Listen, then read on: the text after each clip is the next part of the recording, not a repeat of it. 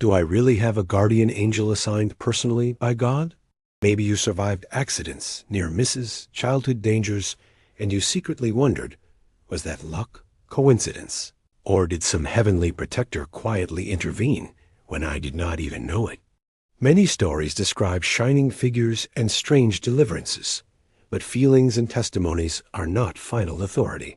You need to know what Scripture teaches about angels and God's protection over believers. A popular belief says every person has one specific guardian angel, almost like spiritual bodyguard. The Bible suggests something different, even more powerful and comforting than one-to-one assignment. Hebrews 1 verse 14 says angels are ministering spirits sent to serve those who will inherit salvation. That means angels are assigned to believers working on behalf of God's family. So, do all believers have a guardian angel? The answer from Scripture is yes and more. You are not limited to one. Heaven commands whole armies concerning God's children today. Consider Psalm 91 verse 11. He will command his angels concerning you, to guard you in your ways. Not one angel, angels plural, assigned according to situations and needs. Jesus spoke of little ones, whose angels see the face of his Father in heaven. Matthew 18 verse 10. This suggests angelic representatives before God watching over believers, vulnerable ones. But Scripture never clearly says each believer has one guardian. Instead, it paints a picture of active angelic service, coordinated by God, responding to prayers, dangers, and assignments in your life. What matters most is not number, but promise behind them. God himself says in Psalm 34 verse 7, "The angel of the Lord encamps around all who fear him continually." Notice angel of the Lord encamps, lives around, staying close. This language pictures ongoing presence, not quick visit. You are surrounded than you feel on lonely nights and fearful days. Hebrews 13 verse 2 hints at encounters. Do not forget to show hospitality, for by so doing some have entertained angels without knowing it. Meetings with heavenly messengers disguised ordinarily. So yes, angels guard, guide, and sometimes rescue. Yet Bible never invites you to seek, name, or worship guardian angel.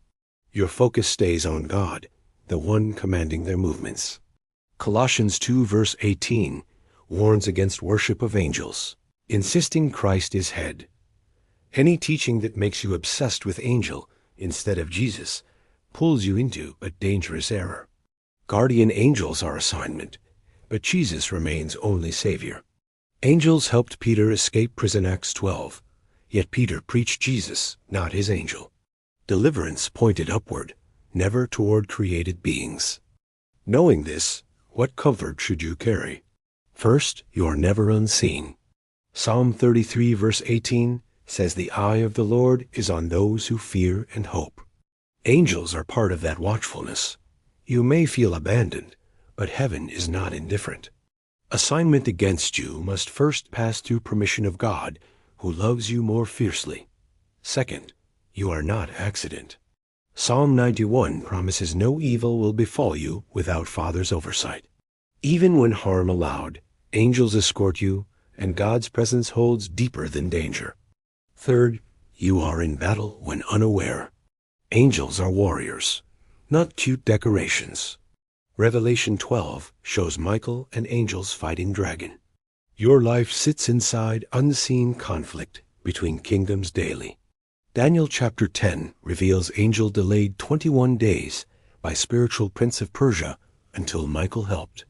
Your prayers matter much, stirring movement and conflict among angels assigned to you. So yes, all believers are served by angels, but focus of Bible is not discovering name or number. It is learning to trust God who commands them on your behalf. You might ask, if angels guard me, why do bad things happen? Remember, their role is not shielding you from every discomfort, but serving God's bigger purposes, often beyond understanding. Think of Jesus in Gethsemane. He said he could ask Father for 12 legions of angels, Matthew 26 verse 53, yet chose cross. Angelic protection bowed before Father's redemptive will. In your life, Angels may prevent accidents, guide circumstances, or strengthen you unseen. But they stand back because God uses trial to grow faith, character, and dependence on Him alone. Knowing angels serve you should not produce recklessness. Jesus refused to jump from temple roof to prove protection, Matthew 4. Presumption invites trouble. Faith simply walks obeying Father's voice daily. So, do unbelievers have guardian angels? Scripture shows God sends angels for non-believers, like Lot in Sodom, Genesis 19. Yet Hebrews 1:14 emphasizes assignment as serving those inheriting salvation. This does not mean God ignores those outside Christ. His kindness reaches them. But covenant protection and angelic partnership belong especially to God's children who trust and follow His Son. At this point you might wonder, have I met my guardian angel? Maybe yes, maybe no. Bible highlights their work, not introductions. One day in heaven you will understand interventions. Until then, your call is not to become angel-focused, but to become God-focused. That means praying, trusting, obeying, letting Him decide when and how angels intervene near you. When you pray, Father, protect my family, you are inviting His will, which often includes angelic activity. You may not see feathers or lights, but heaven still answers trusting petitions. Consider times you felt warning inside, changed route, or delayed trip. That inner nudge may have been Holy Spirit or included angelic restraint. Either way, God was guarding your steps. Sometimes protection looks like closed door. You wanted opportunity, relationship, or position, but it vanished. Later, you realized loss was mercy. Angels participate in those divine redirections you misunderstood initially. The enemy also has angels, fallen ones we call demons. Revelation 12 describes dragon drawing third of stars, symbolic of angels that fell. Angels oppose these forces under God's command.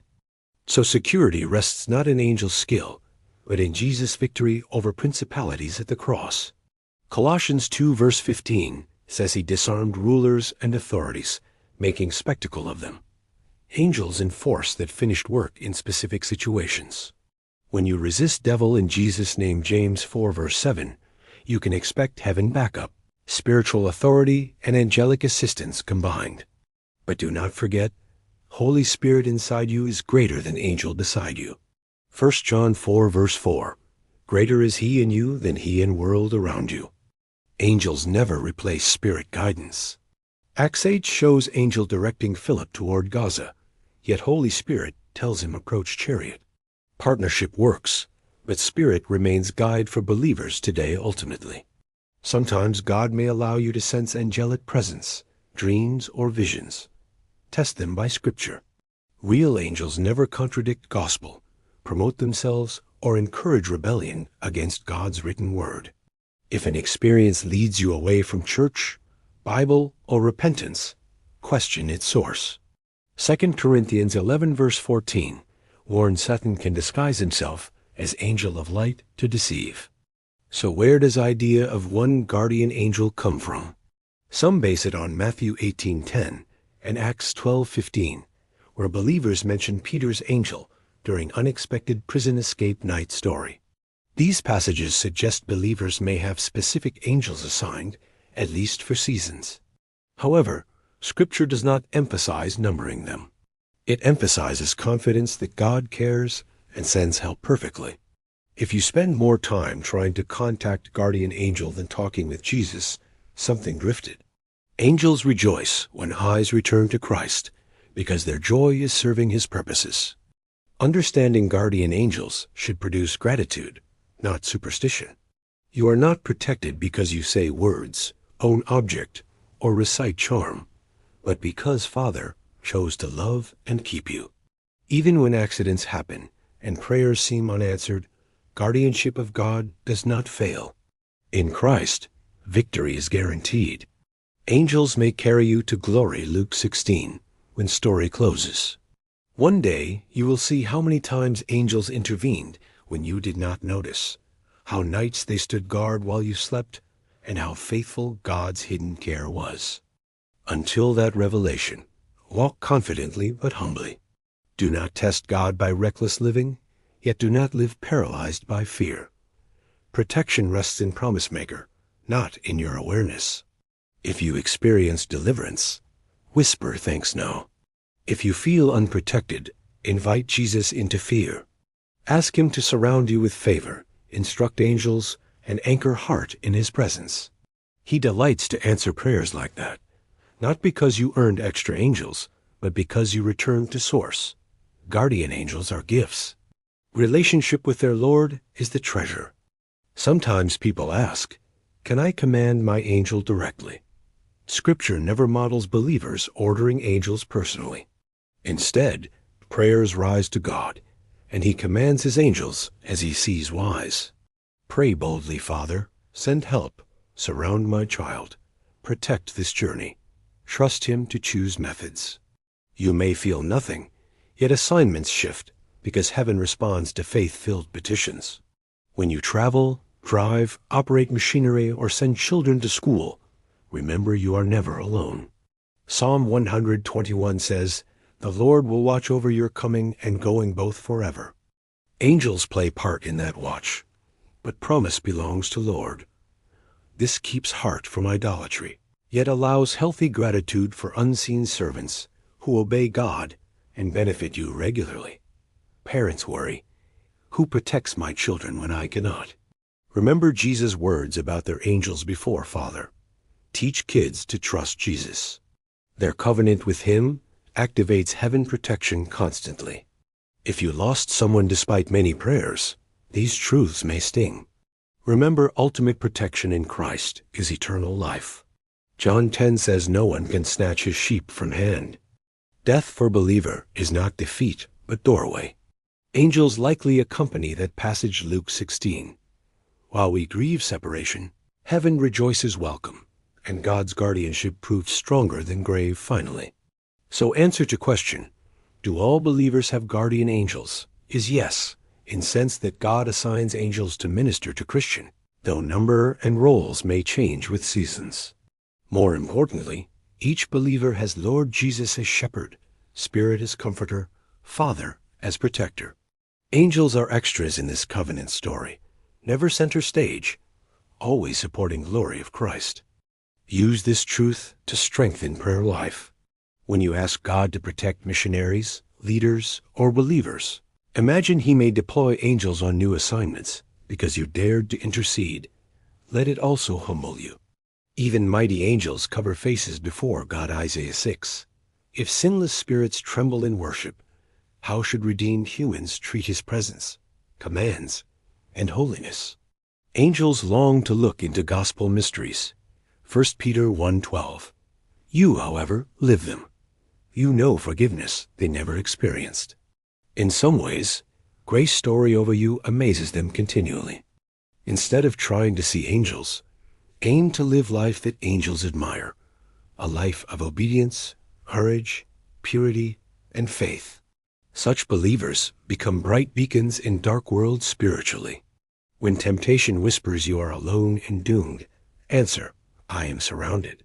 Psalm 34, Psalm 91, Hebrews 1, all stand as witnesses that heaven fights for me under God's command. If fear of unseen realm torments you, remember captain of angel armies is Jesus himself. Hebrews 2 says he tasted death for everyone. Your danger already defeated by his cross.